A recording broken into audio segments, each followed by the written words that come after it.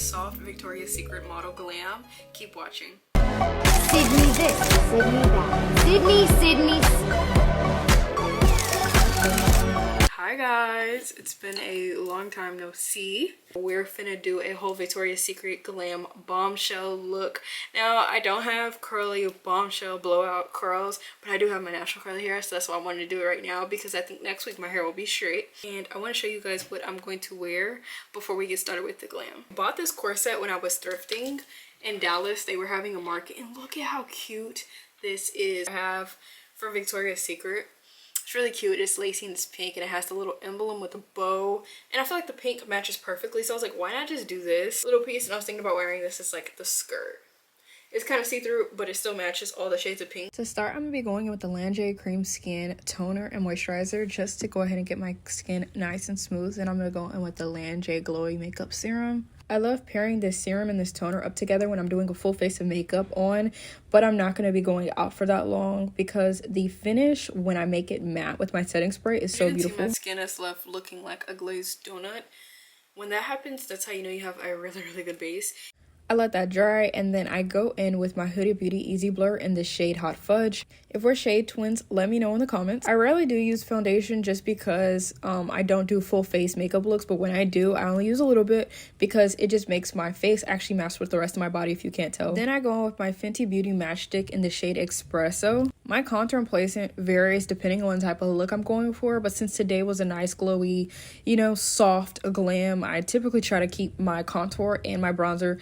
I go in harsher with my bronzer, but my contour, I try to keep it very light. Once I place my contour, I then like to go in with a lot of blushes. I call this underpainting. I'm not gonna lie, the Huda Beauty blushes really don't make much of a dent on my face. You can see them, but they're not like vibrant. They're almost there for like a layering technique for me, so I can build upon other blushes that I'm going to put on. I also love to put all my cream products on first, then my powders on second, which you will see further on in this makeup tutorial. I try to keep the blush as close to my eye and cheekbone as possible. Once I get done blending that in, I'm going to go ahead and blend in my contour. In this video, I was blending it out with a really flat brush, but I will no longer be doing that anymore. I'll blend it out with a fluffier brush, like how I do my nose contour.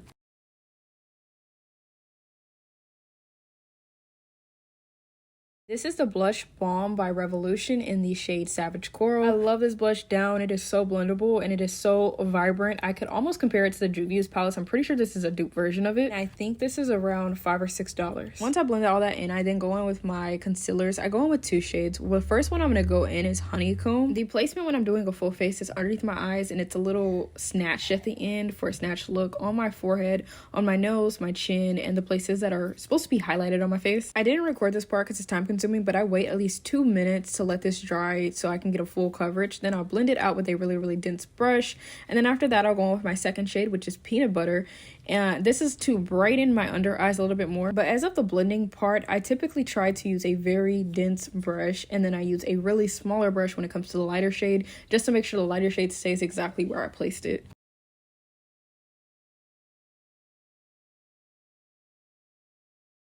I have bronzer, but because I went to Sephora, I decided to try out this new matte powdered foundation. This actually isn't even a bronzer. It shows up very well, and since it's matte, that's why I love using it. Because for me, it's kind of like powdered bronzer. Everywhere I place the contour, I will then place the bronzer. And then I finally go in and blend out that lighter concealer shade in Peanut Butter.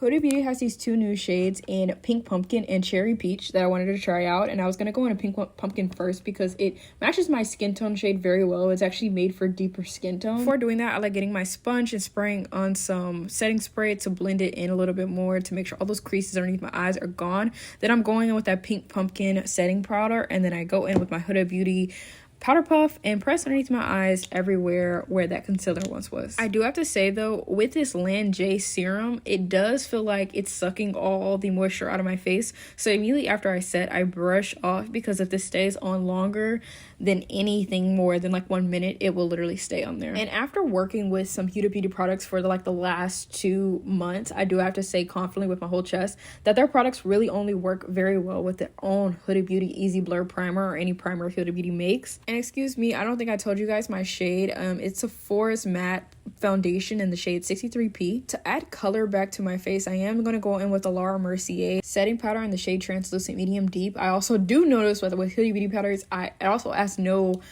undertones too. This Laura Mercier powder, I will then put it everywhere. I put that concealer on my face, my chin, my nose, my forehead, and I will quickly brush it off as well because I also have like a bunch of powders on my face. I then start prepping my eyebrows to go ahead and go in with the Anastasia Brow Gel Freeze. I then go in with the LA Girl Perfect Precision in the shade Black to tightline my eyes. I only tightline the front corners of my eyes and then the back parts just because it makes my eyes look bigger, wider, rather than tightlining the whole entire thing. It kind of like insinuates my eye. Then I'm going to go back in with that Laura Mercier powder and put it all over my face quickly and dusting everything so everything's set. The reason why my brows aren't included in this video is because the whole entire video, my mirror was in the camera.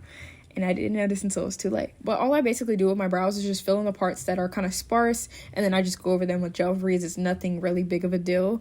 As you can see, I'm reapplying it because it kind of lifted back up. If you know any super duper strong hold eyebrow gels, let me know in the comments. Now we're moving on to my lash routine. I use these two products, Fenty Beauty Hella Thick, and then I use Essence False Lash Effect Mascara. I go in with like at least 7 layers of mascara, especially if I'm doing a full face of glam, because with mascara I feel like you really can't see it all the time, and I love to curl my lashes because as you can see it makes a huge difference. While I was waiting for my mascara to dry, I then went in with the Morphe Après Ski Cheek Thrills blush trio. It's this really cute pink ballerina finish that I love so much. It's so pretty and it's so buildable too, so I just love using this when I'm going to do my really pink and cutesy looks. Lashes are done, baby. I feel like I'm gonna fly away with how good they look. I mean,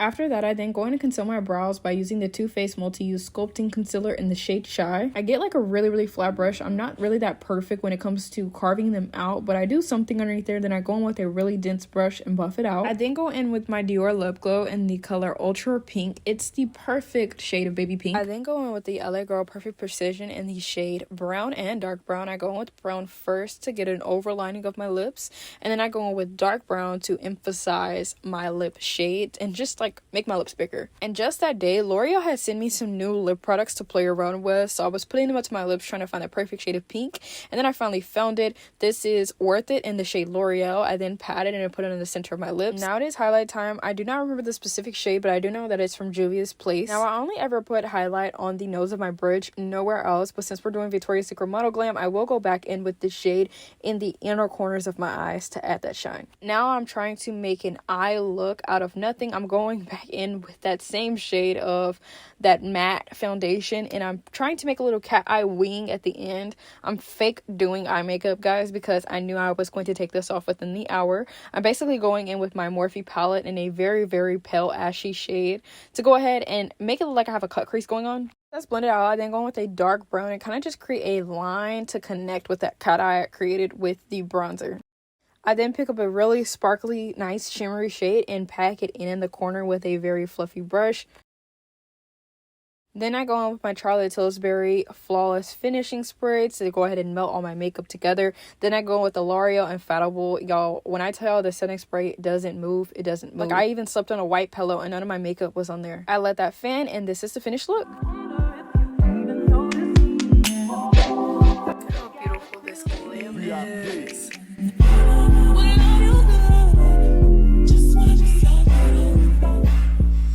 Like, wow.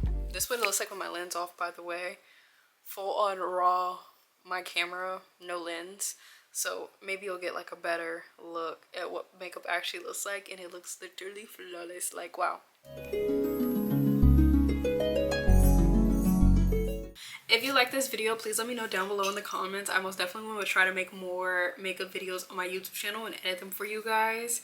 But let me know if you found this tutorial helpful, if you're adding any of these into your makeup routine. But otherwise than that, that's it. That's all I got for you guys. Thank you so much for watching. Bye bye.